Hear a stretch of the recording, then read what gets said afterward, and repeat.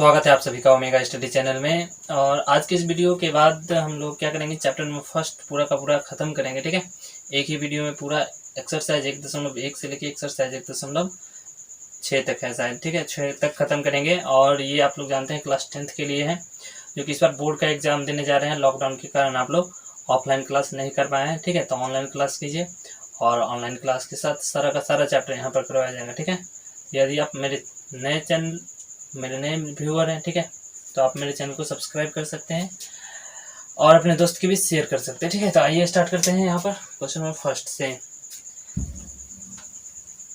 उससे पहले कुछ ज़रूरी बात जो हम आपको बता दें, तो देखिए फर्स्ट चैप्टर में जो हमें पढ़ना है वो मैं बता दूं। और एनसीईआरटी जैसा कि आप जान पा रहे हैं, एनसीईआरटी यहाँ पर पढ़ाया जाएगा।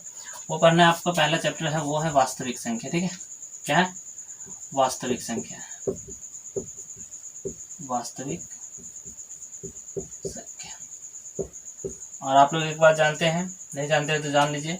वास्तविक संख्या दो संख्याओं को मिलाकर बना है। ठीक है, पहला परिमेय और दूसरा अपरिमेय। ठीक है, दूसरा अपरिमेय।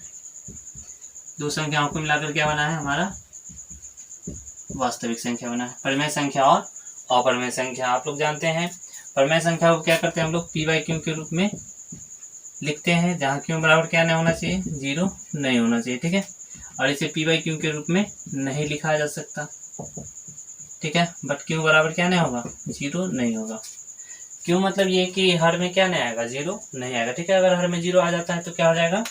हर में अगर 0 आ जाता है तो वो क्या हो जाता है? अनंत हो जाता है। ठीक है, बात समझ में आ रहा है? किसी भी संख्या के हर में अगर क्या आ जाए? शून्य आ जाए तो वो क्या आ जाता है? अनंत अपरिभाषित। ठीक है, इसलिए क्या नहीं आना चाहिए? नीचे शून्य नहीं आना चाहिए। बात समझ में आ रही है ना? तो वास्तविक संख्या कितने संख्याओं को मिलाकर बना है? परिमेय संख्या और अपरिमेय संख्या। ठीक है, 9th क्लास में आप लोगों ने परिमेय संख्या के बारे में पढ़ा होगा। वैसी संख्या जिसे p/q के रूप में लिखा जा सकता है उसे परिमेय संख्या कहते हैं, और वैसी संख्या जिसे p/q के रूप में नहीं लिखा जा सकता उसे अपरिमेय संख्या कहते हैं। ठीक है, और उसमें दिया गया होगा कि q बराबर क्या नहीं होना चाहिए? 0 नहीं होना चाहिए। ठीक है, तो आते हैं यहाँ पर। आपको इसमें जानना है सबसे ज़्यादा जरूरी वो है HCF। पहला चैप्टर में आपको पढ़ना है वो है HCF। ठीक है, यूक्लिड विभाजन प्रमेय का। ठीक है, और यूक्लिड विभाजन प्रमेय का क्या कहता है वो देख लीजिए। आपको जो पढ़ना है वो है यूक्लिड विभाजन प्रमेय का। और यूक्लिड विभाजन प्रमेय का पढ़ना है a बराबर BQ प्लस R। ठीक है, a बराबर BQ प्लस R, जहां R क्या होता है? R जो होता है वो होता है 0 से बड़ा या बराबर और B से छोटा। ठीक है, इस तरह का आपको वहां पे रिलेशन देखने को मिलेगा। तो इस बात को आप लोग याद रखिएगा, ये ऑब्जेक्टिव में हेल्प करेगा आपका। ठीक है, जहां R is greater than equal to 0 less than B। ठीक है, इस तरह से आपको याद रखना है। फिर से यूक्लिड विभाजन प्रमेय का क्या है? a बराबर BQ प्लस R, जहां R बराबर क्या होगा? R बराबर होगा R is greater than 0 equal to R is greater than equal to 0 less than B। ठीक है, ये जो चिन्ह है आप लोग देख रहे हैं, ये क्या है? जिधर ये भाग देख रहे हैं, ये नुकीला भाग। ठीक है, नुकीला भाग किसको दर्शाता है? छोटा को दर्शाता है। ठीक है, और दोनों भाग जो है बड़ा वाला वो बड़ा को दर्शाता है। ठीक है, इस बात को याद रखिएगा। यानी कि R क्या होना चाहिए? 0 और 0 से बड़ा या 0 के बराबर या B से छोटा, यानी कि HCF से क्या होना चाहिए? वो छोटा होना चाहिए। ठीक है, बस इस बात को हम देखेंगे अभी यहाँ पे। चलिए ये देखते हैं, जिसमें आप लोग को पढ़ना यहाँ पर है। जैसा कि देखिए यहाँ पर हम क्वेश्चन करवा रहे हैं आपका। जैसे एक एग्जाम्पल लेते हैं। ठीक है, एग्जाम्पल लेते हैं यहाँ पे। एग्जाम्पल के तौर पे हम लेते हैं यहाँ पर दो संख्या में ले लेते हैं 10 और 3 यहाँ पे। ठीक है, 10 और क्या ले लिए हैं? 3 ले लिए हैं। तो आपको ये बताना है कि पहली संख्या मान लेते हैं a बराबर अगर 10 है तो b बराबर मान लेते हैं 3। ठीक है, कितना में कोई दिक्कत नहीं। तो देखिए 10 है और ये 3 है, तो हमें अगर इसका HCF निकालना है तो आप लोग HCF कैसे निकालते रहेंगे, भाग विधि, ये ऐसे करके 3 तिया 9 कितना आता है 1, और फिर 1 से हम लोग क्या करते हैं 3 में लगाते हैं, कितना बार 1 तिया 3, ठीक है, और ये क्या हो जाता है कट जाता है, और ये जिससे कटता है वही हमारा क्या हो जाता है HCF हो जाता है। यानी कि HCF हम लोग क्या लिखते हैं यहाँ पर HCF 1 लिखते हैं। बात समझ में आ रहा है ना। तो ऐसे ही हमको यहाँ पे करना है, ठीक है, अरेंज करके लिखना है, उसी को हम लोग यूक्लिड विभाजन प्रमेय का बोलेंगे A बराबर BQ प्लस R, ठीक है, जहाँ R is greater than equal to 0 less than B। ये बात याद रखिएगा हमेशा आप लोग, ठीक है। चलिए ध्यान दीजिए, इसी बात को अरेंज करना, इसी बात को अभी जो हम लिखे इसी बात को अरेंज करना, इसको हम यहाँ बना देते हैं, ठीक है। देखिए इसी बात को हमको अरेंज करना क्या कहलाएगा, चलिए यहीं पर क्या होता है A बराबर BQ प्लस R होता है, ठीक है, और R क्या जानते हैं आप लोग, R is greater than equal to 0 less than B, ये बात जानते हैं आप लोग, ठीक है। इस बात को लिखते रहिए हमेशा, याद हो जाएगा। तो यहाँ पे देखें, यहाँ पे A की जगह पर क्या आ जाएगा 10 आ जाएगा ना, B की जगह पर क्या आ जाएगा 3। 3 को कितना बार पढ़ेंगे, तो अभी आप लोग देखे थे 3 से हम जब 10 में लगाए थे तो 3 तिया 9 आया था, फिर 1 आया था नहीं, और फिर 3 में लगाए थे तो 1 तिया 3 लिखे थे नहीं। तो यहाँ ध्यान दीजिए 3 को कितना बार पढ़े थे 3 बार, तो 3 गुने कितना लिखना है 3, और शेष कितना था 1, शेष को R बोलते हैं रिमाइंडर, 1 यहाँ पे लिखने कोई दिक्कत नहीं आता। अब देखिए, अब जो यहाँ पर आप देख रहे हैं 3, उसको यहाँ ले आइए, 3 को यहाँ ले आए, कोई दिक्कत नहीं, शेष से लगाना आप, शेष है 1, तो 1 गुने कितना करेंगे तो 3 आएगा 3, तो यहाँ पर 3, और शेष क्या आ गया हमारा 0। बात समझ में आ रहा है। तो देखिए इसे चरण फर्स्ट या स्टेप फर्स्ट बोल सकते हैं, इसको चरण 2 बोल सकते हैं। तो हमारा क्वेश्चन कितने चरण में सॉल्व हो गया, 2 चरण में सॉल्व हो गया, चूंकि यहाँ पर शेषफल क्या आ गया 0। तो हमारा HCF क्या हो जाएगा बताइए, HCF कितना है यहाँ पर, HCF कितना है 1 होगा नहीं, तो हमारा HCF क्या हो जाएगा यहाँ पर, HCF हमारा हो जाएगा 1, सही आंसर, ठीक है। तो आप लोग इस तरह से करना, बात समझ में आ रहा है। तो इस तरह से हम लोग करेंगे। तो आइए हम लोग सीधे सीधे चलते हैं एक्सरसाइज से, और एक्सरसाइज से आपको समझाने का प्रयास करते हैं, ठीक है। प्रश्नावली 1.1 जो कि NCERT से देखिए, ठीक है। NCERT बहुत ही अच्छा बुक होता है, क्योंकि सरकार इसे ही रिफर करती है आप लोगों को पढ़ने के लिए। तो आइए समझते हैं इसी को।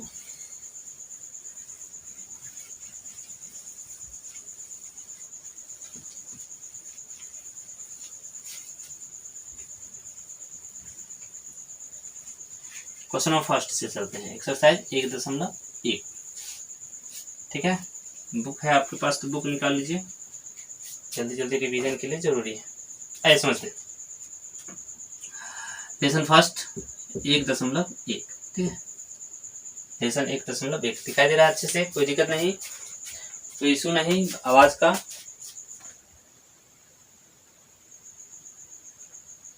चलिए बहुत अच्छा दिखाई दे रहा है, समझते हैं आगे।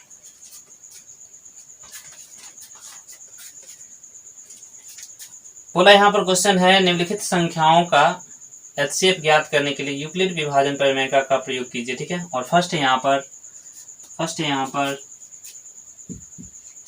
क्या, फर्स्ट में 135 और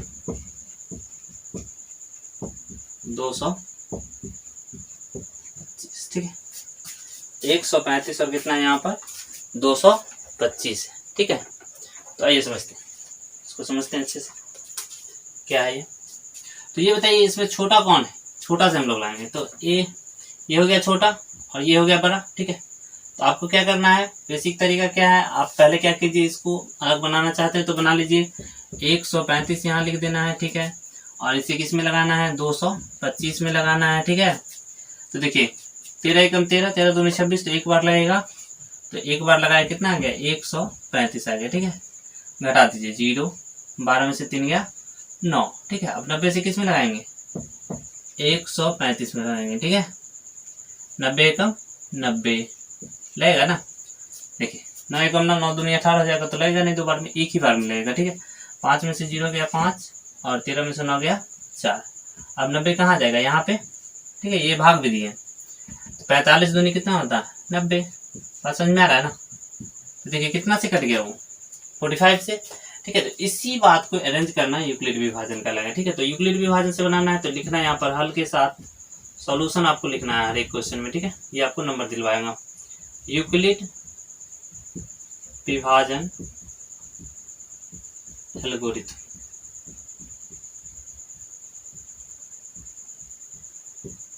क्या कहता है, ए बराबर बी क्यू प्लस आर, ठीक है।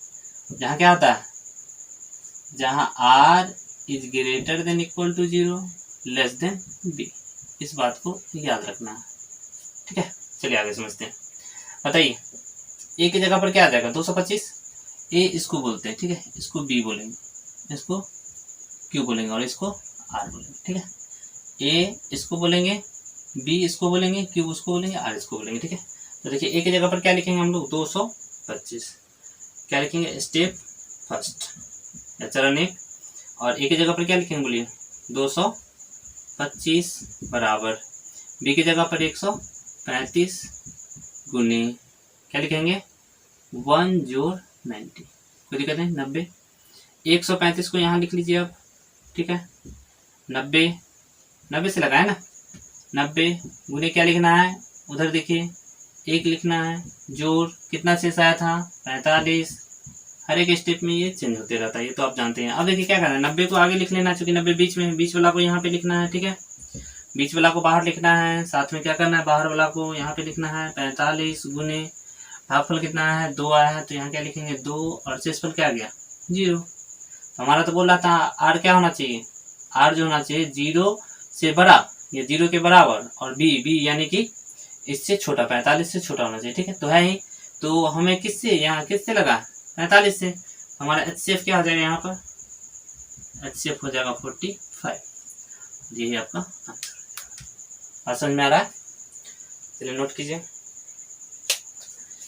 नेक्स्ट क्वेश्चन चलते हैं, question number second number question देखिए। ये वीडियो आपके रिवीजन के लिए बनाया जा रहा है, ठीक है।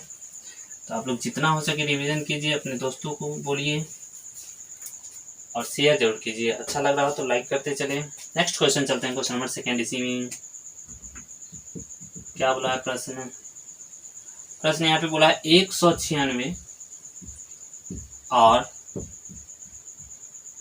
196 और कितना है 38220 है, ठीक है। 38220 है। तो हम लोग क्या करेंगे बोलिए, पहले एक बार इधर बना लेते हैं रफ में, ठीक है। 196 से आपको लगाना है 38220 में, ठीक है। अब देखिए 196 19 से कम 19, 19 दूनी 38, 6 दूनी 12 ज़्यादा हो जाएगा। एक बार लगाएंगे कितना आ जाएगा बताइए 196 आ जाएगा ना। अब देखिए 12 में से 6 गया 6, और 17 में से 9 गया 8, 2 में से 1 गया 1, ऊपर से क्या उतारेंगे 2, 19 नवा कितना होता है 153। तो 19 को 9 बार लगाइए, 9 6 1 54 के 4 हासिल 5, और 6 1 54 के 4 हासिल 5, 9 81 या 5 81 5 86 हासिल 8, और 9 8 17 लगेगा, कोई दिक्कत नहीं। 12 में से 8 गया, 12 में से 4 गया 8, ठीक है। और इसके बाद यहाँ देखिए 15 में से 6 गया 9, इधर क्या आ जाएगा ये कैंसिल हो गया, ऊपर से क्या उतारेंगे 0, 19 5 95 5 बार में लग रहा है, तो 6 5 30, 19 5 95 और 3 98, ये क्या हो गया कट गया, कितना बार में कट गया 195 बार में। आगे स्टेप आया नहीं, ठीक है। तो क्या लिखेंगे यहाँ पर, फिर से वही बात, सॉल्यूशन लिखना है आपको, साथ में क्या लिखना है यूक्लिड विभाजन एल्गोरिथम नियम, यूक्लिड विभाजन एल्गोरिथम नियम से, एल्गोरिथम से, ठीक है। क्या होता है ए बराबर बी क्यू प्लस आर, जहाँ R is greater than less than 0, R is greater than 0 equal, R is greater than equal to 0 less than B, ठीक है। इस बात को आपको भूलना नहीं है। चलिए एक ही जगह पर क्या आ जाएगा बताइए, स्टेप लिख देते हैं। स्टेप फर्स्ट क्या लिखेंगे 38220 बराबर लिखेंगे यहाँ पे 196 गुने कितना बार पढ़े हैं 195 बार, ठीक है।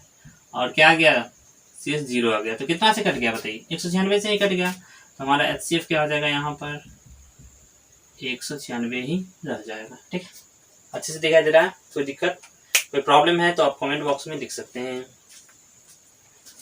चलिए बताइए।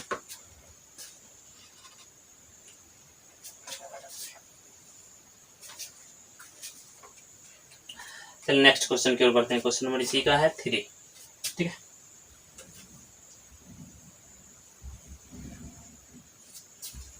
और सब में हमें ये लिखना है, इसलिए इस पार्ट को क्या करते हैं, कॉमन छोड़ देते हैं। ठीक, ये पार्ट तो हमें सब में लिखना है ना, सॉल्यूशन, यूक्लिड विभाजन, ये सब में लिखना है। ठीक है, और यहाँ पे प्रश्न है आपका तीसरा नंबर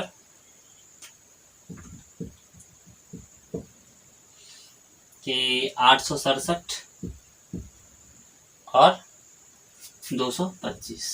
ठीक है, फिर से इसमें छोटा कौन है, 225 छोटा है। ठीक है, तो 225 को हम लोग पहले लिख लेंगे, 225, और इसे किस में लगाना है, 867 में लगाना है। ठीक है, तो देखिए 2 तिहाई 6, 3 बार में लग रहा है, 2 चौका 8 करेंगे तो क्या आ जाएगा, 900 हमें लाना पड़ेगा, यानी कि 25 चौका 100, 900 लाना पड़ेगा। नहीं तो 3 बार में ही लगेगा, 3 बार में लगाते हैं हम लोग। 25 तिया 75, 3 दूनी 6, घटाइए 7 में से 5 गया, कितना आ जाएगा, 2 आ जाएगा। नहीं, और 16 में से 7 गया, 9 आ जाएगा, 7 में से 6 गया, 1 आ जाएगा। ठीक है, 192 से कितना में लगाएंगे हम लोग, 225 में, एक बार में लगेगा 192, 5 में से 2 गया 3, 11 में से 9 गया, सॉरी 12 में से 9 गया 3, लेना, और यहाँ पे बच गया तुम्हारा 2, तो 2 में से 1 गया तो 1, और इसे किस में लगाएंगे, 192 बार में लगाएंगे। नहीं तो एक बार में आएगा 133, 12 में से 3 गया, कितना आ जाएगा, 9, और यहाँ पे बच गया 8, 8 में से 3 गया, कितना आ जाएगा, 5, और यहाँ क्या आ जाएगा, 133 आ जाएगा। कहीं गलत हो रहा है कि, देखिए 867 है और 255 है, सॉरी यहाँ 255 है, सॉरी 255 था यहाँ पे। तो अब लगाते हैं 5 या 15, 5 या 15 और 1 16, 3 दूनी 6 और 1 कितना आ जाएगा, 7, 2 0 और 1 आ जाएगा। यहाँ पे 5 लिखेंगे हम लोग, और 102 दूनी 204 होता है कि नहीं, यहाँ पे गलत हो गया।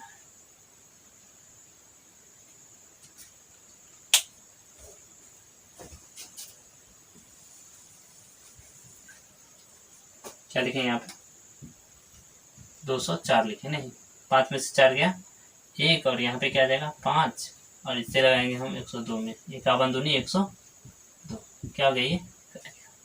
तो देखिए थोड़ा सा मिस्टेक हो गया था, वहाँ पे 225 लिख पाए थे हम लोग, वहाँ से वहाँ क्या होता, 255 होता। ठीक है, अब यहाँ पे देखिए क्या लिखेंगे, ये तो ये है हमारा, बी ये है, ये क्यू है, और ये आर है पहले स्टेप में। तो लिखेंगे यहाँ पर हल, तो आप लोग को लिखना ही है, या सॉल्यूशन जो भी लिखिए, और यहाँ पे लिखना है आपको ए की जगह पर लिखेंगे 867 बराबर 225 गुने 3 जोड़ 102। अब 225 को आगे लिख लेना है, ये था स्टेप फर्स्ट, और स्टेप सेकेंड में आपको लिखना है क्या, 225 बराबर 102 गुने 2 जोड़ 51, 51 ना, 51 है, 51 लिख दिए। अब स्टेप थर्ड में क्या लिखेंगे बोलिए, स्टेप थर्ड में आपको लिखना है 102 बराबर 51 गुने 2 जोड़ 0। हमारा HCF क्या आ रहा है बोलिए, 51, तो यहाँ क्या लिख देंगे, HCF कितना है, 51 है। ठीक है, और ये हमारा क्या आ जाएगा, आंसर हो जाएगा। बात समझ में आ रहा है, चलिए नोट कीजिए जल्दी जल्दी। क्या हुआ आपका, यहाँ पे 1 का तीनों प्रश्न यहाँ पे बना है। ठीक है, चलिए नेक्स्ट चलते हैं।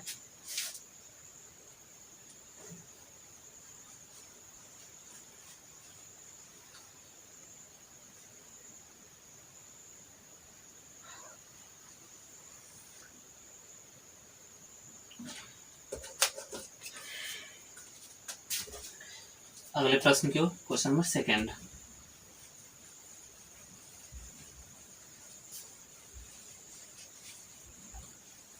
प्रश्न संख्या 2 देखिए यहाँ पे, समझ में आ रहा है? कोई दिक्कत है ना? तो सेकेंड प्रश्न देखते हैं यहाँ पर। उससे पहले यहाँ पे लिखा हुआ है कि दर्शाइए कि कोई भी धनात्मक पूर्णांक 6q+1 या 6q+3 या 6q+5 के रूप का होता है, जहाँ क्यों कोई एक पूर्णांक है। ध्यान दीजिए कैसे आपको बनाना है। क्वेश्चन नंबर सेकेंड कैसे करिएगा। यहाँ जो हमें दर्शाना है वो धनात्मक विषम पूर्णांक, कौन सा पूर्णांक बोला है?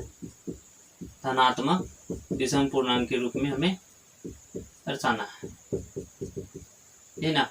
और धनात्मक विषम पूर्णांक यहाँ पे है 6q+1, 6q+3 और 6q+5, यही है। और एक बात आप लोग जानते हैं यहाँ पर, क्यों क्या है? कोई भी पूर्णांक है जो कि धनात्मक विषम है। सॉरी, यहाँ पे बोला क्यों कोई पूर्णांक है, क्यों कोई भी पूर्णांक है, क्यों कोई भी पूर्णांक है। तो क्यों बराबर हम लोग ले लेते हैं 1 2 3 इस तरह से आगे भी, ठीक है। और फर्स्ट में रख के देखते हैं यहाँ पे।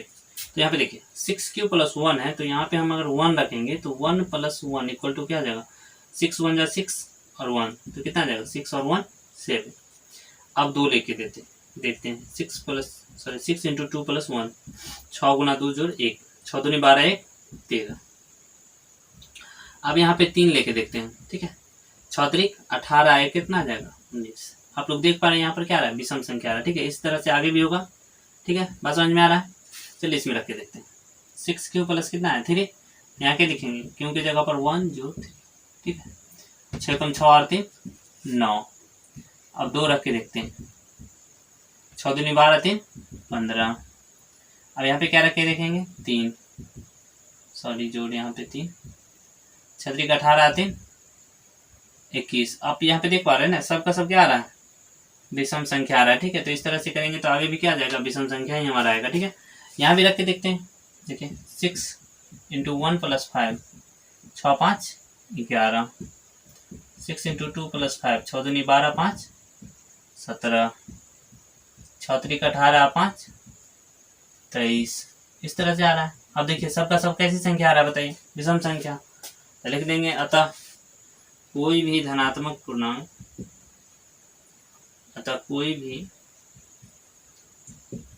धनात्मक विषम पूर्णांक, धनात्मक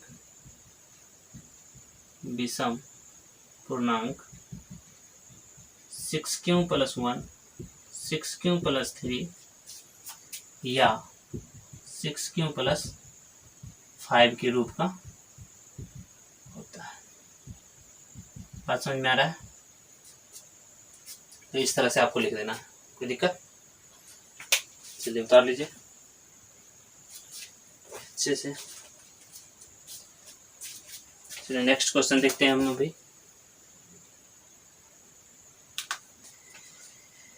अगला प्रश्न यहाँ पे क्वेश्चन नंबर 3।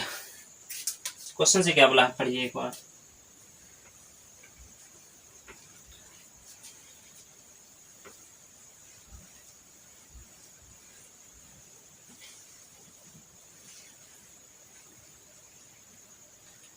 बिल्कुल वही फीलिंग होगा जो आपका ऑफलाइन क्लासेस में होता है। आइए समझते हैं यहाँ पर क्वेश्चन नंबर 3 समझते हैं, ठीक है।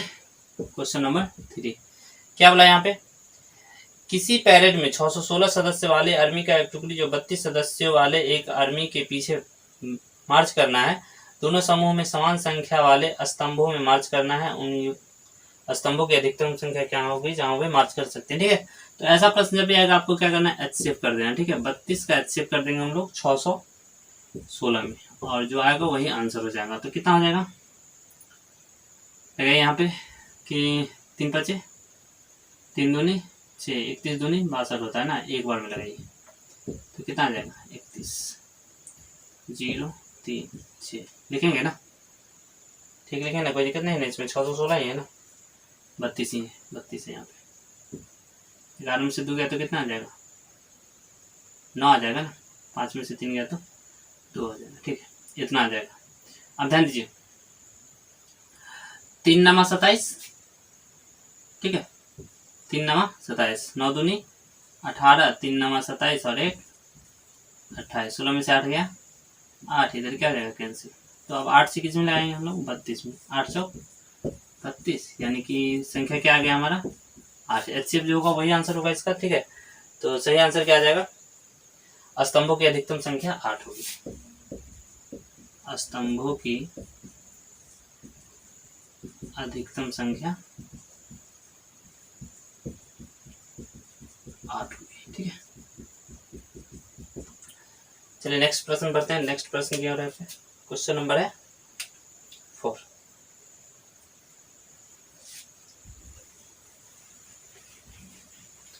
फोर बता देता हूँ, ठीक है। 5 उसी तरह से बनेगा, बना लीजिएगा आप लोग। 4 देखिए, यहाँ पे प्रॉब्लम आएगा बोल दीजिएगा, कोई डाउट सेशन देखिए आप लोगों का वो क्लियर करवा देंगे। और 4 देखिए यहाँ पे पहले बोला, यूक्लिड विभाजन प्रमेय का प्रयोग करके दर्शाइए कि किसी धनात्मक पूर्णांक का वर्ग किसी पूर्णांक m के लिए 3m या 3m+1 के रूप का होता है, ठीक है। तो यहाँ पर देखिए क्वेश्चन क्या बोला है, यूक्लिड विभाजन प्रमेय का उपयोग करना है। तो a बराबर क्या जानते हैं आप लोग, BQ + R, जहां R is greater than equal to 0 less than B, ये बात जानते हैं, ठीक है। और इसी से आपको यहाँ पे करना है। और क्वेश्चन दिया यहाँ पर कि मान लीजिए कोई धनात्मक क्या है x, चलिए मान लेते हैं कोई धनात्मक पूर्णांक क्या है, माना कि कोई धनात्मक पूर्णांक x, ठीक है, मान लिए, कोई दिक्कत नहीं। अब आइए हमें दर्शाना है यहाँ पर 3m या 3m+1 के रूप का होता है, ये दर्शाना है ना। चलिए समझते हैं। तब यह पूर्णांक क्या हो जाएगा, पूर्णांक हो जाएगा हमारा 3q। पूर्णांक क्या हो जाएगा हमारा, पूर्णांक बोला है मान लीजिएगा कितना है 3q। फर्स्ट स्टेप में हमारा यही बोला है कि तब यह पूर्णांक 3q या 3q+1 या 3q+2 के रूप में लिखा जा सकता है, ऐसा दिया, ठीक है। तो आते हैं समझते हैं। वो क्या करना है, हमें क्या करना है ध्यान दीजिएगा। कोई भी पूर्णांक हम मान लेते हैं a बराबर हमारा कितना आ गया 3q आ गया, ठीक है। प्लस क्या लिख ले, इसको 0 लिख ले, कोई दिक्कत नहीं। 3q के रूप में लिखना था, प्लस 0 लिख सकते हैं। a बराबर देखिए BQ + R आ रहा है, कोई दिक्कत नहीं ना। a बराबर क्या आ रहा है, BQ + R आ रहा है। तो यहाँ पे हम लिख सकते हैं इस तरह से कि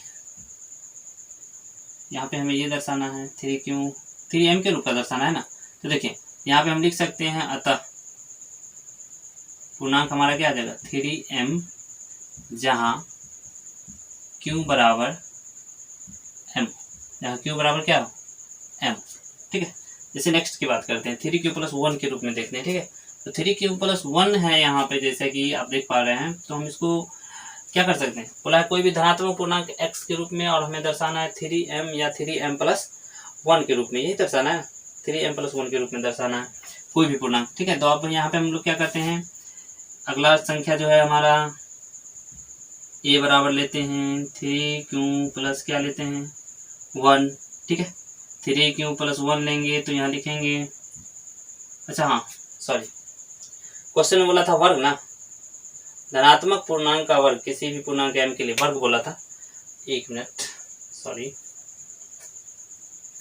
यहाँ हम लोग इसका वर्ग करेंगे। इसका क्या करेंगे हम लोग, वर्ग करेंगे।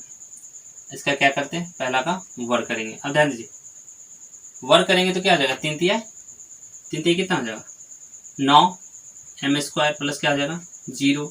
अब यहाँ पे हम लोग क्या करते हैं कि m जो जहाँ पे है, ठीक है, इसको लिखा जा सकता है इस तरह से, इसको इस तरह से लिखा जा सकता है। देखिए ध्यान दीजिए, इसको लिखा जा सकता है 3 × 3m², ये लिखा जा सकता है। बात समझ में आ रहा है कि नहीं। और प्लस क्या लिख सकते हैं 0, ठीक है। यहाँ पे क्यूब है तो क्यूब लिख लेते हैं, यहाँ पे क्या लिखेंगे क्यूब स्क्वायर लिखेंगे, ठीक है। अब लिखेंगे यहाँ पर, जहाँ क्यूब बराबर हम लोग क्या मान लेते हैं, यहाँ पर इस पार्ट में नहीं, इस पार्ट में लिखें, ठीक है। जहाँ m बराबर 3q² है, ठीक है। तो हम यहाँ पे लिख सकते हैं ना, a बराबर 3m + 0 या 3m, कोई दिक्कत नहीं।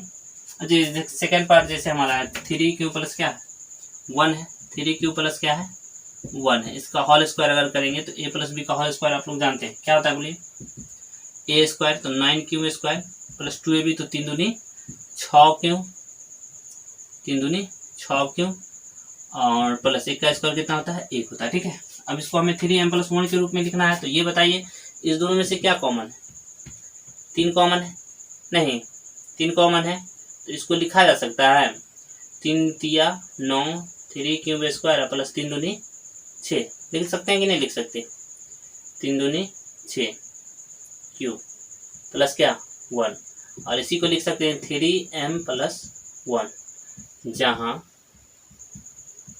3 क्यूब स्क्वायर प्लस 2 बराबर क्या हो m।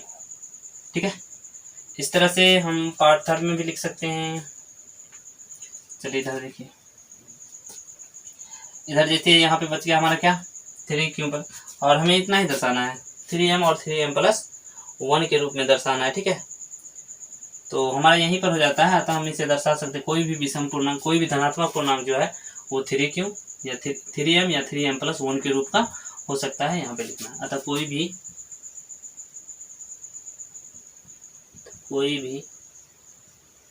विषम पूर्णांक, विषम धनात्मक पूर्णांक 3m या 3m + 1 के रूप का हो सकता है।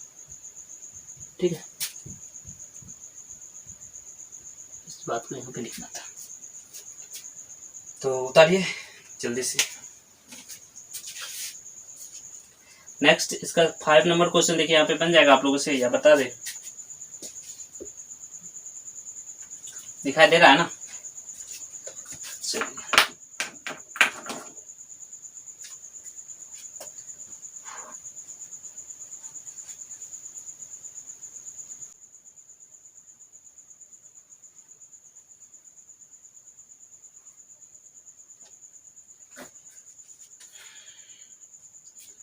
नेक्स्ट क्वेश्चन में यही रहेगा पूर्णांक। ठीक है, यूक्लिड प्रमेय का प्रयोग करके दर्शाना है कोई धनात्मक पूर्णांक घन जो है 9m या 9m + 1 या 9m + 8 के रूप का हो सकता है, यही दर्शाना है। ठीक है, तो इसी में क्या करना है, इसी में आपको क्या करना है, यहाँ पे 5 नंबर लेना है और क्यूब करना है। क्या करना है, हम स्क्वायर किए थे ना, सब जगह क्या करना है क्यूब करना है। जैसे कि देखिए बता ही देते हैं। ठीक है, ध्यान दीजिए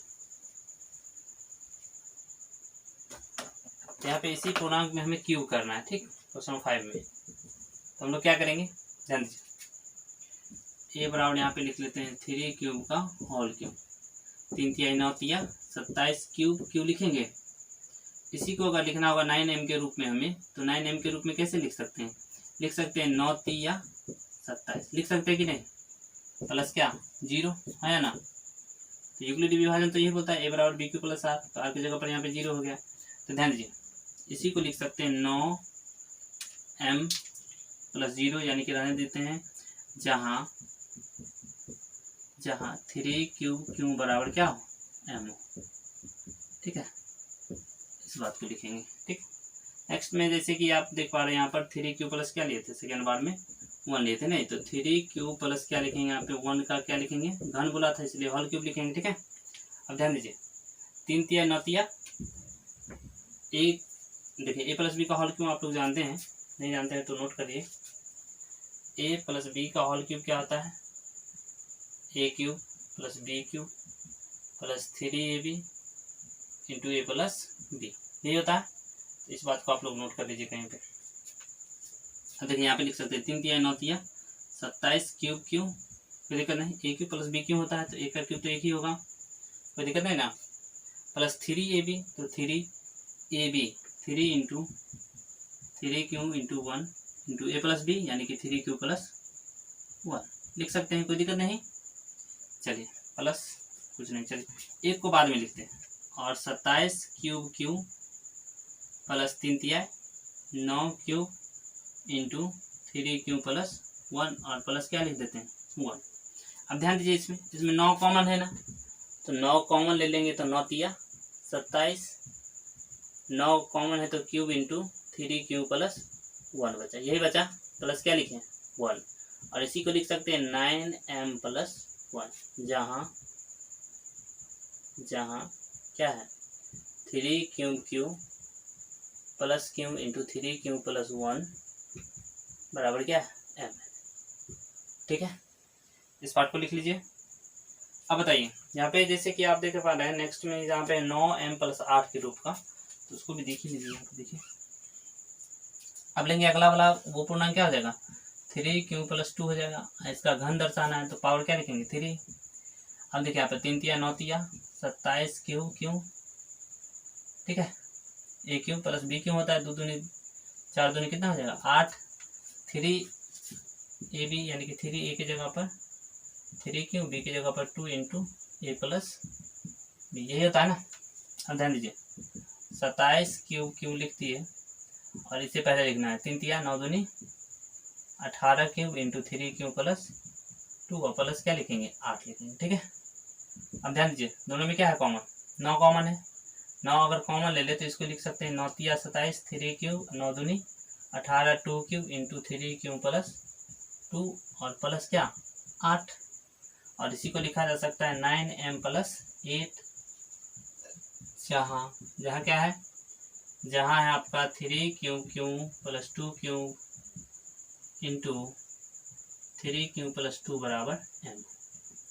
ठीक है, अतः लास्ट में ये बात, कोई भी घन पूर्णांक जो है, घन पूर्णांक कोई भी वहां पे वर्ग होता,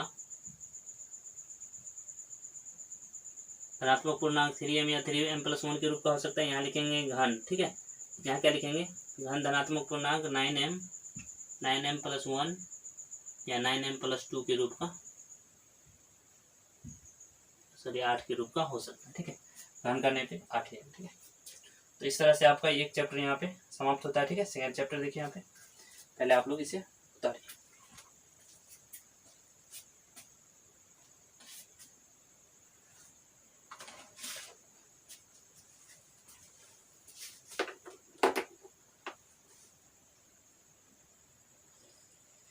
देखिए अगला चैप्टर जानने के पहले एक फॉर्मूला आप लोग जान लीजिए। यहाँ पे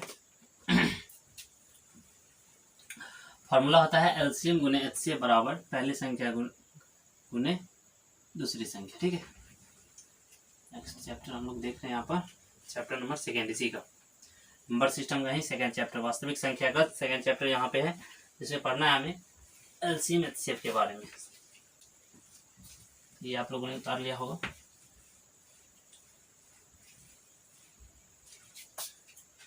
नेक्स्ट प्रश्न देखिए, यहाँ पे बोला क्या है, प्रश्नावली 1.2, ये है ना। समझते हैं क्या बोला है प्रश्न। यहाँ पे पूछा है निम्नलिखित संख्याओं में से अभाज्य गुणनखंड के गुणनफल के रूप में व्यक्त कीजिए। अभाज्य गुणनखंड बताना है। ठीक है, पहले तो आप ये जान लीजिए कि अभाज्य संख्या क्या होता है।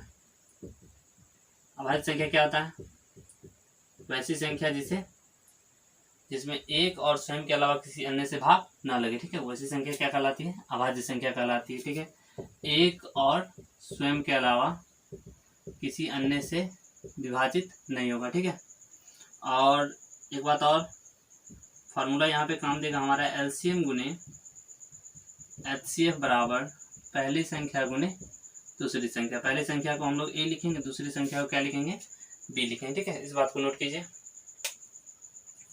और आइए यहाँ पे क्वेश्चन नंबर फर्स्ट से देखिए। क्वेश्चन नंबर फर्स्ट यहाँ पे बोला है आप लोगों से कि अभाज्य गुणनखंड के गुणनफल के रूप में व्यक्त कीजिए। पहला क्वेश्चन अभाज्य गुणनखंड के रूप में व्यक्त करना है, और पहला क्वेश्चन यहाँ पे है 140। क्या है 140 है। ठीक है, तो 140 का हम लोग क्या करेंगे, अभाज्य गुणनखंड करेंगे। अभाज्य गुणनखंड अगर नहीं आता है तो आपको क्या कीजिएगा, पहले इससे इस तरह से, ठीक है, इस तरह से बनाएगा। 2 से लगाएगा कितना रहेगा 70, 2 से लगाएगा कितना आ जाएगा 35, और 5 से लगेगा 5 7 35। और ये देखिए सभी संख्याएं जो आई है वो किस संख्या में, कैसी संख्या, अभाज्य संख्या। ठीक है, तो इसे लिख सकते हैं 2 इंटू 5 इंटू 7, और यही आपका आंसर आ जाएगा। ठीक है, तो इस तरह से आपको करना है। सेकंड देखिए, सेकंड यहाँ पे है 156। कितना है 156। फिर से उसी प्रकार पहले अलग आपको रफ में इस तरह का कर लेना है। 2 से लगेगा 2 7 14, 2 8 16 लगेगा ना, 2 से 2 तिया 6, 2 9 18, 3 से लगेगा 13 लगेगा, ये सभी अभाज्य संख्या है, तो 156 को लिखा जा सकता है। बोलिए अभाज्य संख्या के रूप गुणनफल के रूप में 2 × 2 × 3 × 13 है या ना। तो इस तरह से आपको लिखना है। जैसे थर्ड में देखिए तीसरा जैसा कि यहाँ पर है कि 38 25 ये चलिए क्या करना है, फिर से वही बात 38 25 का हम लोग क्या करेंगे यहाँ पे 38 25 का देखिए 8 3 11 2 13 5 18 नहीं तो 3 से लगेगा 3 से 3 एकम 3 3 दूनी 6 3 7 21 3 5 15 फिर से 3 से लगेगा 3 चौक 12 3 से कब लगता है जब संख्याओं का योग 3 से विभाजित हो तो पूरी संख्या भी 3 से विभाजित होती है। ठीक है 3 दूनी 6 3 5 15 ठीक ठाक है। अब 5 से लगेगा नहीं 5 8 40 5 25 5 से 17 बार में। तो आगे हमारा अभाज्य संख्या के गुणनफल के रूप में इसे लिखना होगा तो लिखेंगे 3 × 3 × 5 × 5 × 17। कोई दिक्कत नहीं। नेक्स्ट इसका चौथा देखिए क्या चौथा 505 सॉरी 5005 है नहीं 5005 को कैसे लिखा जा सकता है ध्यान दीजिएगा। तो ये तो 5 से ही लगेगा 1001। अब ये किससे लगेगा बताइए, सोचिए किससे लगेगा, किसी से लग रहा है 3 से नहीं लगेगा 4 से नहीं लगेगा 5 से नहीं लगेगा 6 से नहीं लगेगा 7 से 7 एक 7 3 0 7 चौक 28 2 1 हाँ लग जाएगा 7 से। देखिए 7 से 7 एक 7 3 0 7 चौक 28 और 7 3 21। 143 में किससे लगेगा 11 से लग जाएगा नहीं 11 एक 11 11 3 33। तो क्या आ गया हमारा 5005 का अभाज्य गुणनखंड क्या आ जाएगा 5 × 7 × 11 × 13। देखिए ये अभाज्य संख्या है 5 में किसी अन्य संख्या से नहीं लगेगा तो अभाज्य संख्या 7 में किसी अन्य संख्या से नहीं लगेगा तो 7 भी अभाज्य संख्या 11 में किसी अन्य संख्या से विभाजित नहीं होगा इसलिए 11 भी और 13 भी सभी का सभी कैसी संख्या है अभाज्य संख्या। ठीक है और यहाँ पे प्रश्न है एक और बच गया है हमारा 7429 ये ना तो इसे मिटा दे किधर बताएं चलिए इधर बता देते हैं ध्यान दीजिए। आपका 5वां नंबर प्रश्न यहाँ पे 7429 इसे अभाज्य संख्या के रूप में लिखना है। सबसे पहले आपको क्या करना पड़ेगा सबसे पहले आपको यहाँ पर 7429 का लगाना पड़ेगा किससे लगेगा 7 4 11 2 13 और 9 13 9 9 3 12 22 तो नहीं लगेगा 3 से 5 से नहीं लगेगा 7 से देखिए 7 से भी नहीं लगेगा 11 से सोचिए 11 से लगेगा 11 से 66 और कितना बच गया यहाँ पे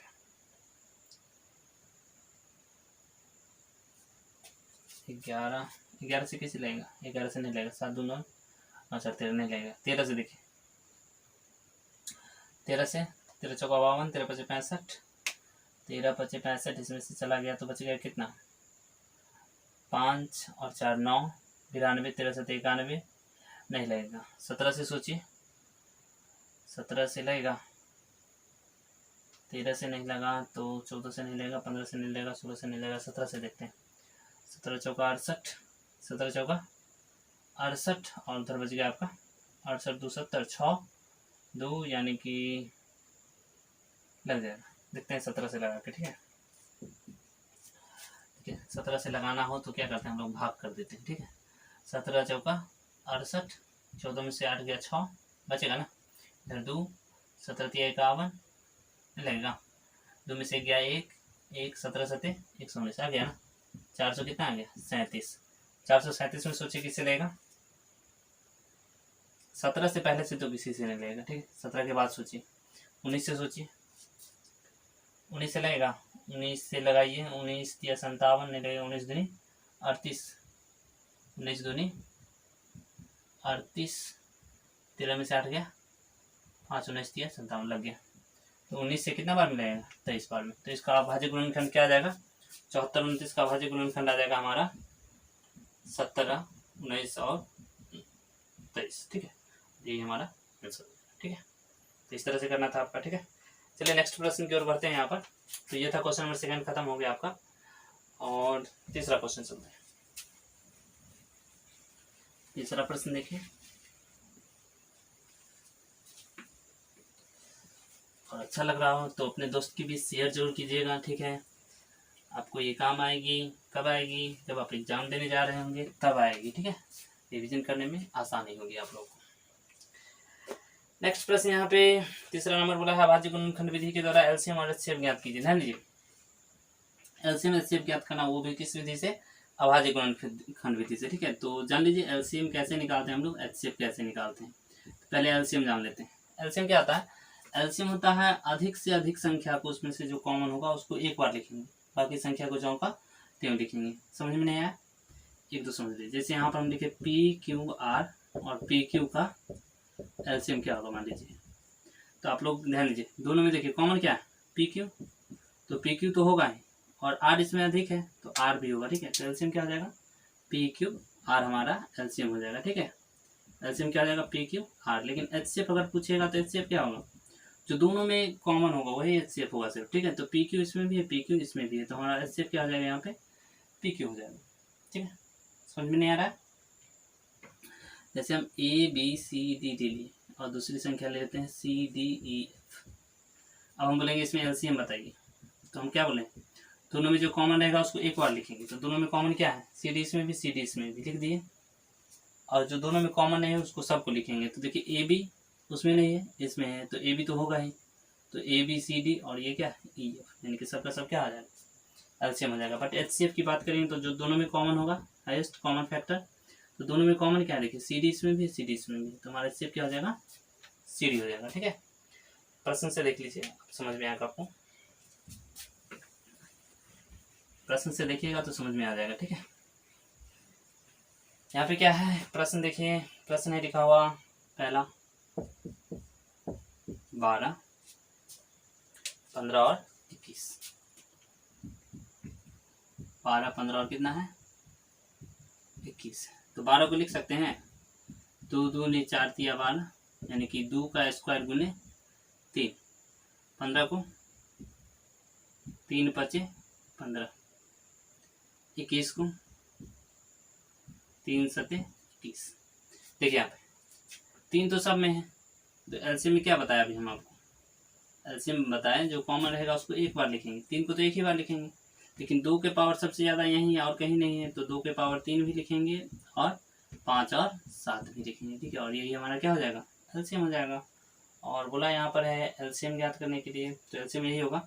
अब इसको गुना कर लीजिए, 2 दूनी 4 दूनी 8, 5 या 15 गुने 7, 15 8 120, 15 8 120, 7 12 7 84, 840 हमारा एलसीएम आ जाएगा, ठीक है। बट एचसीएफ की बात अगर करेंगे तो एचसीएफ जो सब में कॉमन है, तो देखिए 3 सब में है, नहीं 3 3 3, तो एचसीएफ हमारा कितना आ जाएगा? 3। ये हमारा आंसर हो जाएगा, ठीक है। अगला प्रश्न देखिए 17 23 और 29। अगला प्रश्न है 17 23 और 29। सी का सेकेंड 17 23 और 29। तो क्या हो जाएगा? एलसीएम अभी अभी बताएं, एलसीएम में क्या होता है? 17 को लिखा जा सकता है कितना? 1 गुने 17। अभी एलसीएम नहीं है, एलसीएम बाद में निकालेंगे। 23 को लिख सकते हैं 1 गुने 23, और 29 को लिखा जा सकता है 1 गुने 29। चूंकि ये सभी अभाज्य संख्या है, ठीक है, इसलिए सी का गुणनफल जो हमारा एलसीएम हो जाएगा। तो एलसीएम क्या आ जाएगा? 17 गुने 23 गुने 29, जो भी गुना करके आया लिख लीजिए। और एचसीएफ की अगर बात करें तो एचसीएफ क्या हो जाएगा? सब में कॉमन क्या है? 1, तो एचसीएफ क्या हो जाएगा? 1 हो जाएगा, ठीक है। अगला प्रश्न देखिए 8 9 और 25। जैसे 8 9 और 25 है, तीसरा में 8 9 और 25, ठीक है। तो 8 को क्या लिख सकते हैं? 2 का क्यूब। 9 को क्या लिख सकते हैं? 3 का स्क्वायर। और 25 को क्या लिख सकते हैं बताइए? 5 का स्क्वायर, ठीक है।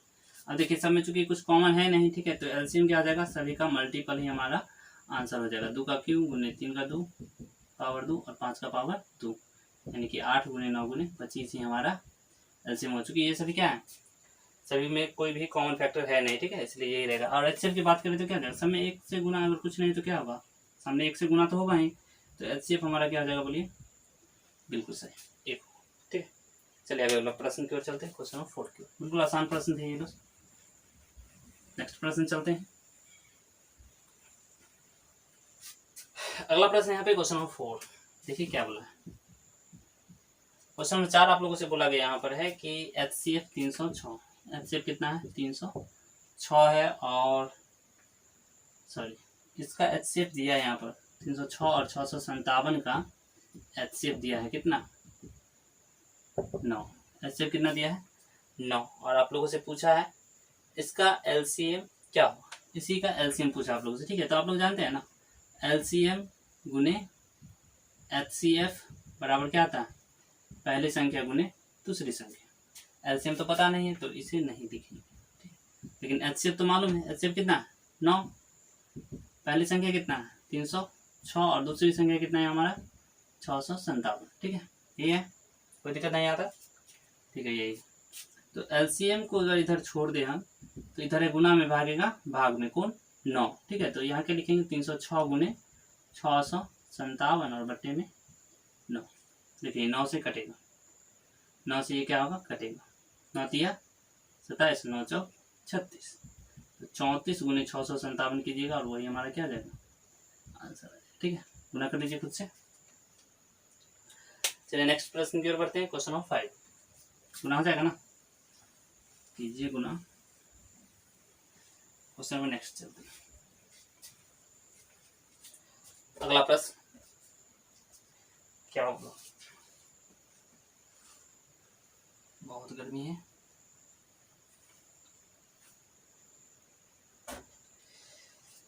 क्या बोला यहाँ पर प्रश्न की जांच कीजिए कि किसी भी प्रकृत संख्या n के लिए 6 टू द पावर n अंक 0 पर समाप्त हो सकती है। ध्यान दीजिए, क्वेश्चन 5 हो सकती है कि नहीं ये हमें बताना है। ठीक है, तो यहाँ पे देखिए 6 टू द पावर क्या है n पूछा है, शून्य पर समाप्त हो सकती है। तो देखिए n का मान जो है ना, n का मान हम लोग ले सकते हैं नेचुरल नंबर 1 2 3 4 कुछ भी। ठीक है, आगे समथिंग कुछ भी। तो यहाँ पे 6 का पावर 1 रखते हैं तो क्या आ जाएगा 6 का पावर 2 रखते हैं तो क्या आ जाएगा 6 इंटू 6 यानी कि 36। 6 का पावर 3 रखेंगे तो 6 6 36 छक्का 216। 6 का पावर 4 रखेंगे तो 6 6 36 छक्का 216 छक्का 1296। इस तरह से आएगा। देखिए इकाई अंक क्या रहा है 6, 6 का पावर कितना भी। ठीक है, तो इकाई अंक क्या आएगा उसका 6 ही आएगा। ठीक है, अतः इकाई अंक क्या रहा है इसका, इकाई अंक 6 टू द पावर n का कभी भी शून्य पर समाप्त नहीं होगी। ठीक है, इस बात को आपको लिखना है। बात समझ में आ गया, बिल्कुल आसान सा प्रश्न था। चलिए नेक्स्ट प्रश्न की ओर बढ़ते हैं। 6 नंबर आप लोग को अभी बताया गया था इससे पहले, अभाज्य संख्या किसको बोलते हैं। अभाज्य संख्या वैसी संख्या होती है जिसमें एक और स्वयं के अलावा किसी से नहीं लगता। तो किसी अन्य से लगेगा तो क्या हो जाएगा, वो भाज्य संख्या हो जाएगा। ठीक है, तो यहाँ पे प्रश्न देखिए आप लोग, क्वेश्चन नंबर 6 और 6 में बोला गया है कि 7 इंटू 11 इंटू 13 प्लस 30। ठीक है, और 7 into 6 into 5 into 4 into 3 into 2 into 1 plus क्या 5। देखो इसको 7 फैक्टोरियल भी लिखा जाता है, अगले क्लास में आप लोग पढ़ेंगे। पर यहाँ पे चलते हैं। पूछा हमसे ये कि ये कैसी संख्या भाज्य है, क्यों, अगर ये भाज्य है तो क्यों। ध्यान दीजिए 11 7 77, 77 को 13 बार पढ़ना है। ठीक है, या आप लोग इसको पहले पढ़ लीजिए, 7 से बाद में गुना करवा दीजिए तो कितना जाएगा 1 4 3, 1 4 3 को पढ़ना है आपको 7 बार, नहीं 7 या 21 और 14 से 98 आ दो 98 आ दो कितना होगा 100, नहीं 14 से 98 आ दो कितना हो जाएगा 100 हो जाएगा। तो हमारा कितना आ गया यहाँ पे, ये आ गया 1 0 0 1 और प्लस कितना 13। इसको जब जोड़िएगा तो कितना आ जाएगा बताइए 1 0 1 4। और देखिए ये संख्या जो है एक और स्वयं के अलावा 2 से भी कटेगा ना, कटेगा कि नहीं कटेगा। तो 2 से जब कटेगा तो देखिए एक और स्वयं के अलावा अन्य गुणनखंड आ गया 2। ठीक है, इसलिए ये सब संख्या क्या कहलाएगी, ये सब संख्या कहलाएगी भाज्य संख्या। जैसे इसकी बात करते हैं, देखिए गुणा करते हैं, इधर चाहिए 2 3 6 6 24 24 5 120 120 छक्का 720, 720 सत्ती, तो गुना करवा देंगे। 7 दूनी 14, 10 सत्ते 49 और 1 50, कितना आ गया 5040, और इसमें 5 जोड़ देंगे तो 50 कितना आ जाएगा 45। अब ये बताइए ये जो संख्या आ गया हमारा कितना आ गया 5045 आ गया 5045। तो ये बताइए कि ये भी संख्या एक और स्वयं के अलावा 5 से विभाजित होगा कि नहीं होगा। एक तो कॉमन फैक्टर है और भी हो सकता है, तो हम लोग बता सकते हैं अतः इसको लिखेंगे चूंकि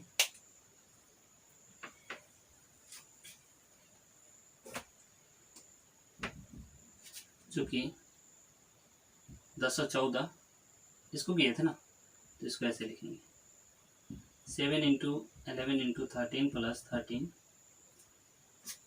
संख्या एक और स्वयं के अलावे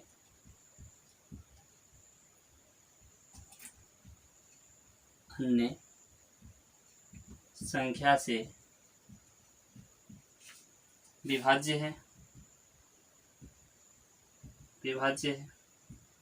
अतः दी हुई संख्या भाज्य संख्या होगी। ठीक है, अतः दी हुई संख्या भाज्य संख्या होगी,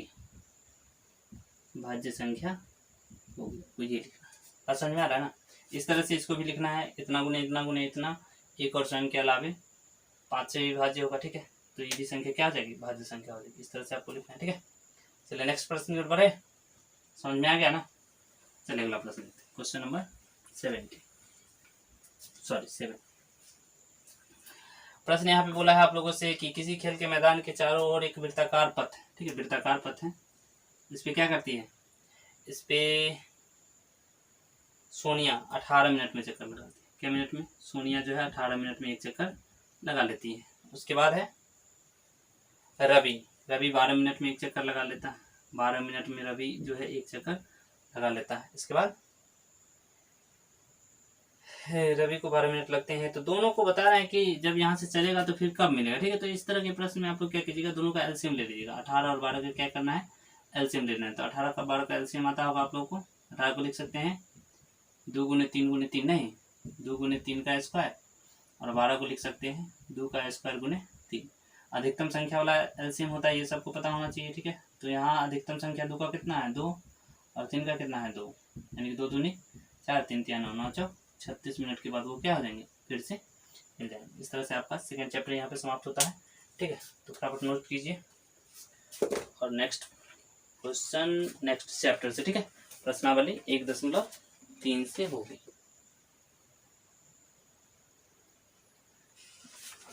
आइए हम यहाँ पर देखेंगे प्रश्नावली 1.3। ठीक है, इसे रफ कर दे, उतार लिया होगा आप लोगों ने। चलते हैं समझते हैं प्रश्नावली 1.3।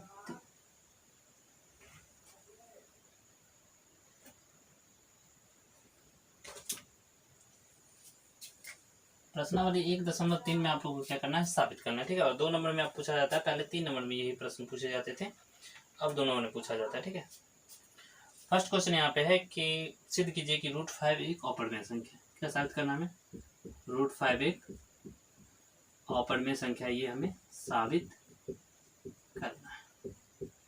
देखिए कैसे साबित करेंगे। ठीक है, और एक वीडियो में मैंने √2 एक अपरिमेय संख्या ये साबित किया है। ठीक है, तो साबित करने के लिए हमको क्या करना पड़ता है, सबसे पहले इसकी विरोध में अगर संभव है, यदि सॉल्यूशन लिखना आपको पहले,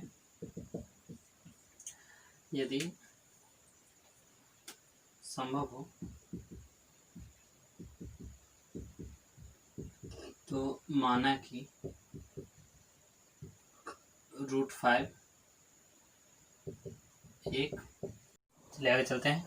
√5 एक परिमेय संख्या मान लिए, तो यहाँ पे लिख सकते हैं ना √5 बराबर p/q। ये बताए थे परिमेय संख्या में क्या होता है, q बराबर 0 नहीं होता है। ठीक है, तो यहाँ पे देखिए जब इसका गुना करवाएंगे तो क्या आ जाएगा यहाँ पे √5 इंटू बराबर p। अब क्या करेंगे हम लोग, दोनों तरफ वर्ग कर देंगे। क्या करेंगे, दोनों तरफ वर्ग करने पर जब वर्ग करेंगे तो यहाँ पे क्या आ जाएगा √5 का होल स्क्वायर, और यहाँ आ जाएगा आपका p का स्क्वायर। ठीक है, √5 का स्क्वायर क्या होता है, देखिए √5 का जब आप लोग स्क्वायर कीजिएगा तो √5 इंटू √5 लिखिएगा ना, रूट 5 इंटू रूट 5 क्या होता है 5 होता है, रूट 5 इंटू 5 क्या होता है 5 होता है, ठीक है। तो यहाँ इसीलिए क्या हो जाएगा, रूट 5 इंटू 5 करेंगे तो 5 क्यू स्क्वायर बराबर क्या आ जाएगा पी स्क्वायर। यहाँ पे देखिए 5 जो गुना में है इसका मतलब इसके भाग में हुआ, यानी कि 5 जो है पी स्क्वायर को क्या कर रहा है विभाजित कर रहा है, 5 पी स्क्वायर को विभाजित करता है, तो 5 जो है पी को भी क्या करेगा विभाजित करेगा, विभाजित करेगा, ठीक है। कोई दिक्कत नहीं, समीकरण क्या मान लेते हैं इसे फर्स्ट मान लेते हैं। अब क्या करना है आपको आगे कि p जहां पर है वहां पे यहाँ पे 5 है ना, तो 5 के मान लेंगे, ठीक है। p बराबर क्या मान लेंगे, यहाँ पे p बराबर क्या मान लेंगे बताइए 5 के, ठीक है। माना लिख दिए माना। अब जहाँ पे ये है उसमें रख के देखते हैं, ठीक है। तो 5 क्यूब स्क्वायर बराबर 5 के का क्या हो जाएगा होल स्क्वायर, ठीक है। यहाँ पर से क्या आ जाएगा 5 क्यूब स्क्वायर बराबर 25 के स्क्वायर, ठीक है। 25 यानी कि यहाँ 5 किसको विभाजित कर रहा है, क्यों को विभाजित कर रहा है, ठीक है। 5 किसको विभाजित कर रहा है क्यूब स्क्वायर को विभाजित कर रहा है, तो यहाँ लिखेंगे 5 क्यूब स्क्वायर को विभाजित करता है, तो 5 क्यूब को भी क्या करेगा विभाजित करेगा, ठीक है। बात समझ में आ रहा है। तो समीकरण 1 और 2 से उभयनिष्ठ गुणनखंड क्या आ गया हमारा 5 आ गया, ठीक है। समीकरण 1 और 2 से उभयनिष्ठ गुणनखंड कौन सा आ गया 5 आ गया, ठीक है। तो लिखेंगे यहाँ पर समीकरण 1 एवं 2 से उभयनिष्ठ गुणनखंड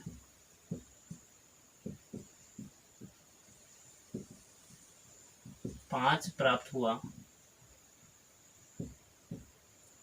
अतः हमारा मानना कि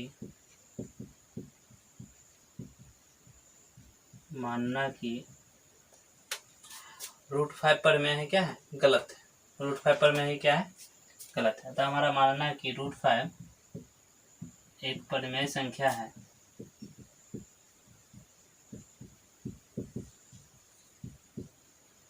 गलत है, विरोधाभास हुआ हमें, ठीक है।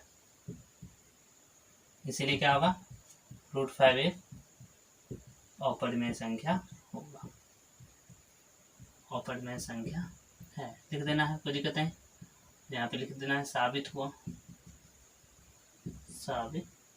या प्रूफ जो भी लिखे, ठीक है। तो इस तरह से आपको करना था, ठीक है। और सारे प्रश्न इसी तरह से बनेंगे, जैसे कि आप देखिए सेकंड में इसी का सेकंड में क्या है 3 + 2 रूट 5, तो आप लोग जानते हैं रूट 5 कैसी संख्या है ऑपर में, तो 3 + 2 रूट 5 भी क्या हो जाएगा ऑपर में हो जाएगा। कैसे, सबसे पहले हम लोग रूट 5 को साबित कर लेंगे, और आप लोग जानते हैं एक पर में और एक अपर में का जोड़ हमेशा क्या होता है अपर में होता है, तो इस तरह से आपको लिख लेना वहाँ पे, ठीक है। जैसे कि देखिए 1/√2 है, मान लीजिए 1 क्या है यहाँ पे √2, तो √2 तो आप लोग जानते हैं साबित कर लीजिएगा ना, √2 अगर अपर में होगा तो एक पर में और एक अपर में का भाग हमेशा क्या होता है अपर में होता है, तो आपको लिखना है लास्ट में कि एक पर में और एक अपर में का भाग हमेशा अपर में होता है, इसलिए 1/√2 भी कैसी संख्या है अपर में संख्या है। जैसे 7√5 है तो वही बात, देखिए जहाँ पे 7√5 है तो पहले हम लोग क्या करेंगे, पहले ये साबित करेंगे कि √5 एक कैसी संख्या है अपर में, ठीक है। और बाद में लिखना है आपको कि 7 और √5 में 7 पर में है और ये अपर में है, एक पर में और एक अपर में का गुणनफल हमेशा अपर में होता है, ठीक है। तो इस तरह से साबित करना है।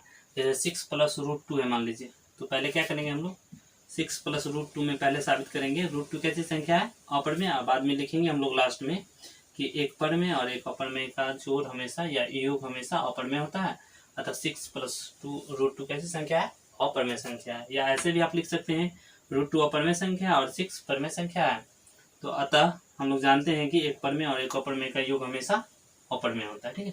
तो इस तरह से करना है। जैसे देखिए यहाँ पे √5 है, वहाँ पे हम सिर्फ √2 लिख ले तो साबित हो जाएगा। जैसे कि आप देखिए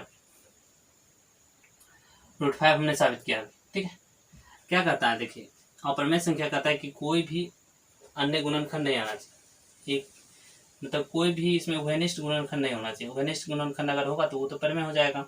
तो यहाँ पे देखिए, यहाँ पे अगर हम √2 ले लें, मान लीजिए क्या ले लें, 2 ले, ठीक है, 2 अगर ले लें हम, तो जहाँ जहाँ पे 5 है वहाँ पे क्या लिखना पड़ेगा, हमें 2 लिखना पड़ेगा। जहाँ जहाँ पे 5 है वहाँ पे क्या लिखना पड़ेगा, 2 लिखना पड़ेगा।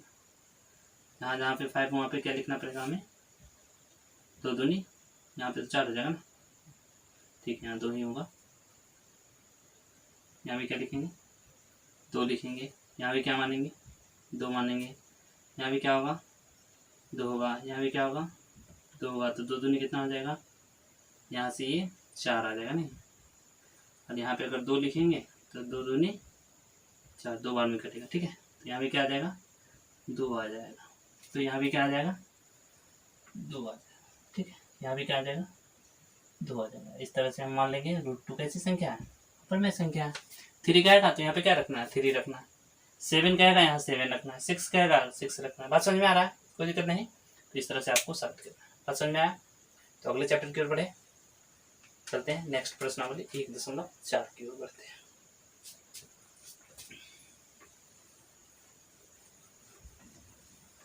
प्रश्नावली 1.4 की,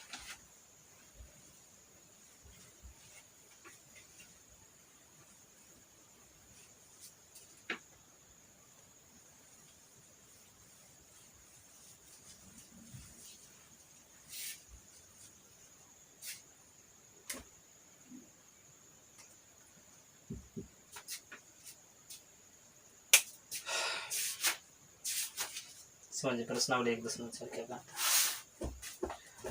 प्रश्न से यहाँ पर कहा गया, और ये लास्ट चैप्टर है, ठीक है। तो बोला है, बिना लंबी विभाजन प्रक्रिया के द्वारा बताइए परिमेय संख्या का दशमलव प्रसार शांत होगा या अथवा अशांत, ठीक है। तो देखिए, शांत कब होगा, कोई भी दशमलव प्रसार शांत कब होता है, जब उसके हर का गुणनखंड, किसका गुणनखंड, हर समझ रहे हैं, हर नहीं समझ रहे हैं, ठीक।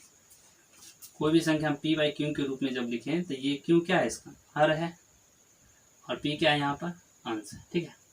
तो हर का गुणनखंड 2, 5 अथवा 2 और 5, 2 और 5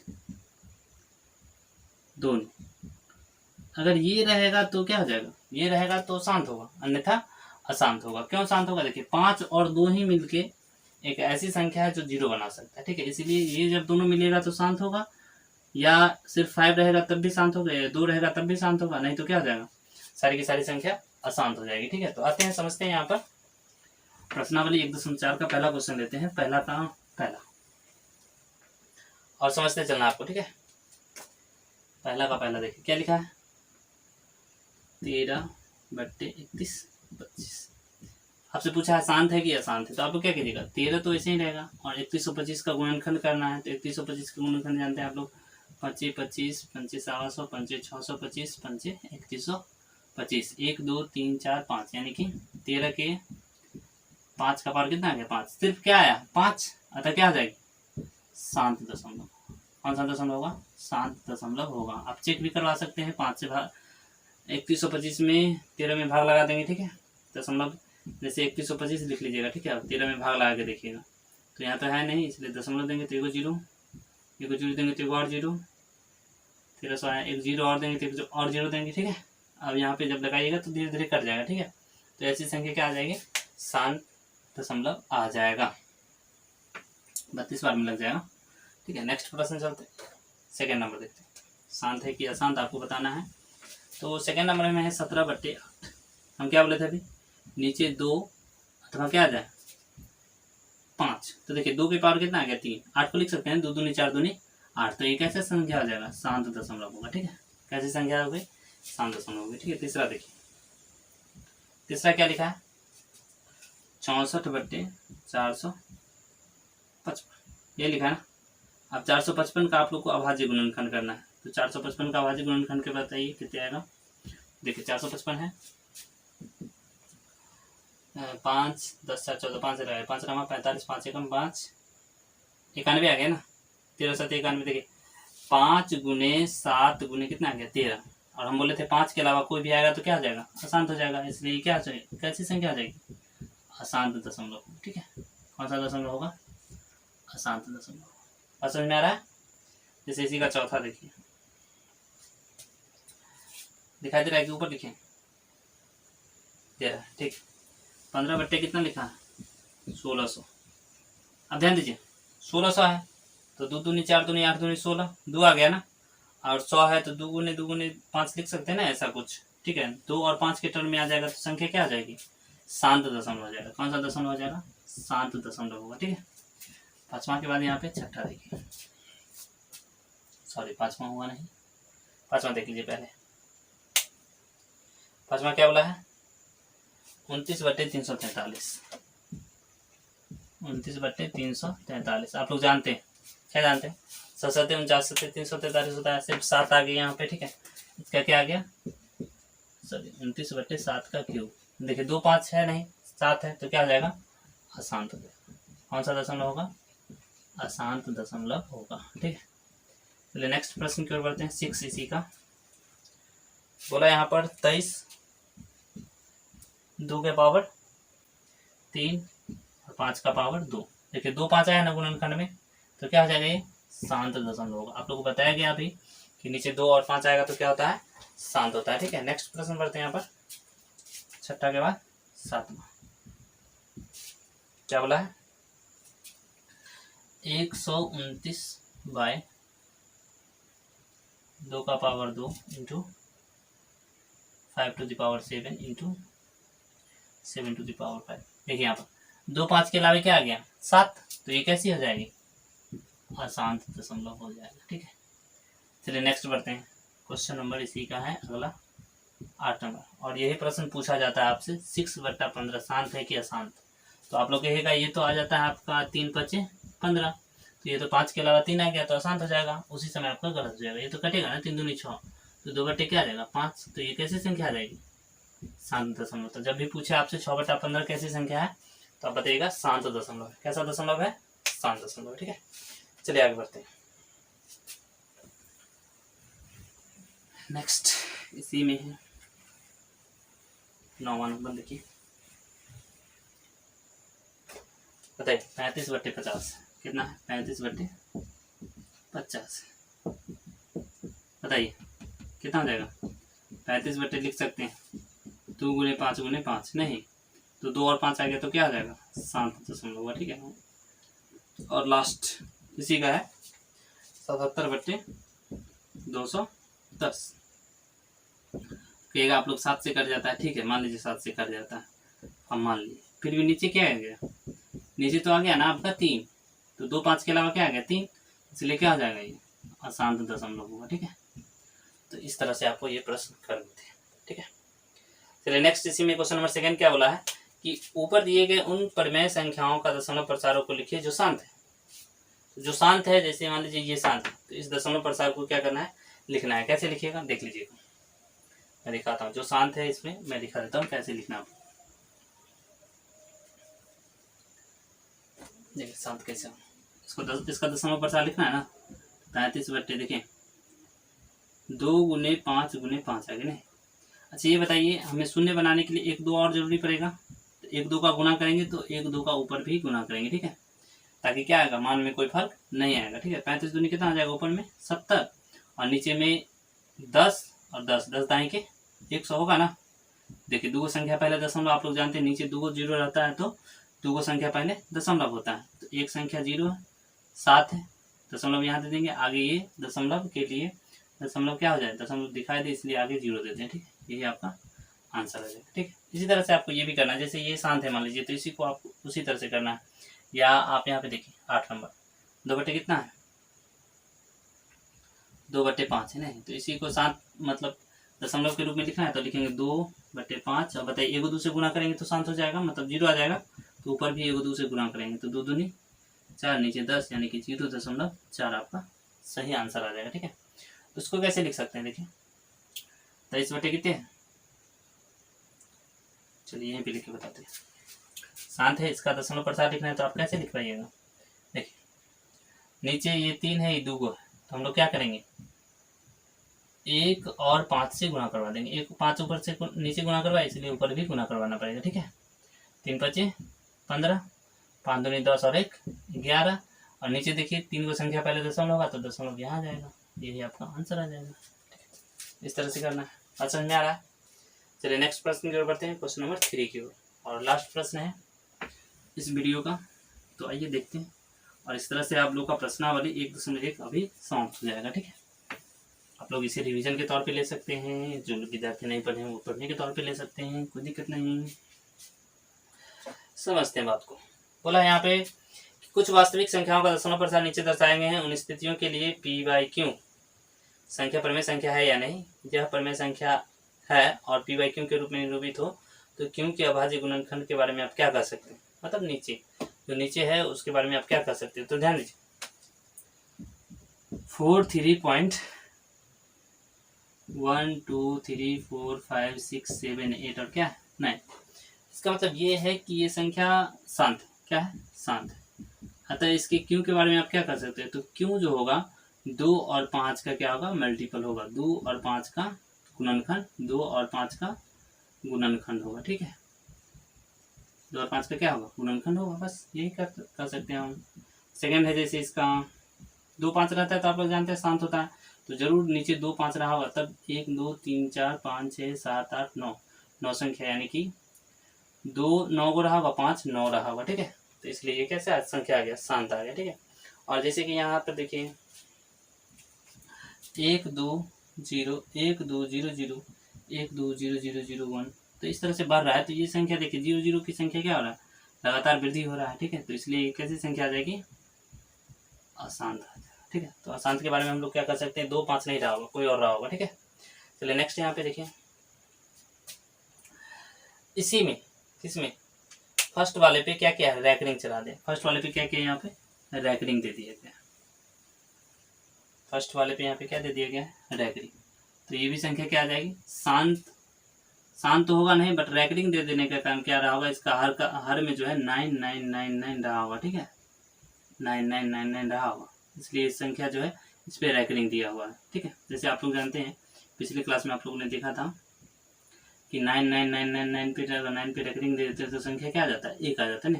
तो इसके नीचे में 9999 रहा होगा। ठीक है, इसलिए इस पर रैकरिंग है। लेकिन रैकरिंग वाला संख्या क्या होता है, शांत दशमलव होता है। किस तरह का होता है, शांत दशमलव होता है। ठीक है, इसलिए संख्या क्या हो जाएगी, शांत हो जाएगी। ठीक है, तो इस तरह से हम लोगों ने पूरा चैप्टर अभी किया। ठीक है, यूक्लिड विभाजन प्रमेय का किया, इसका एलसीएम एचसीएफ देखा, इसके बाद हम लोगों ने साबित करने वाला देखा, और इसके बाद ये सब देखें। ठीक है, तो कैसा लगा वीडियो कमेंट करके जरूर बताइएगा। अच्छा लगा तो प्लीज़ चैनल को सब्सक्राइब कीजिए, लाइक कीजिए और अपने दोस्त के बीच शेयर जरूर कीजिए। ठीक है, बाय बाय, टेक केयर।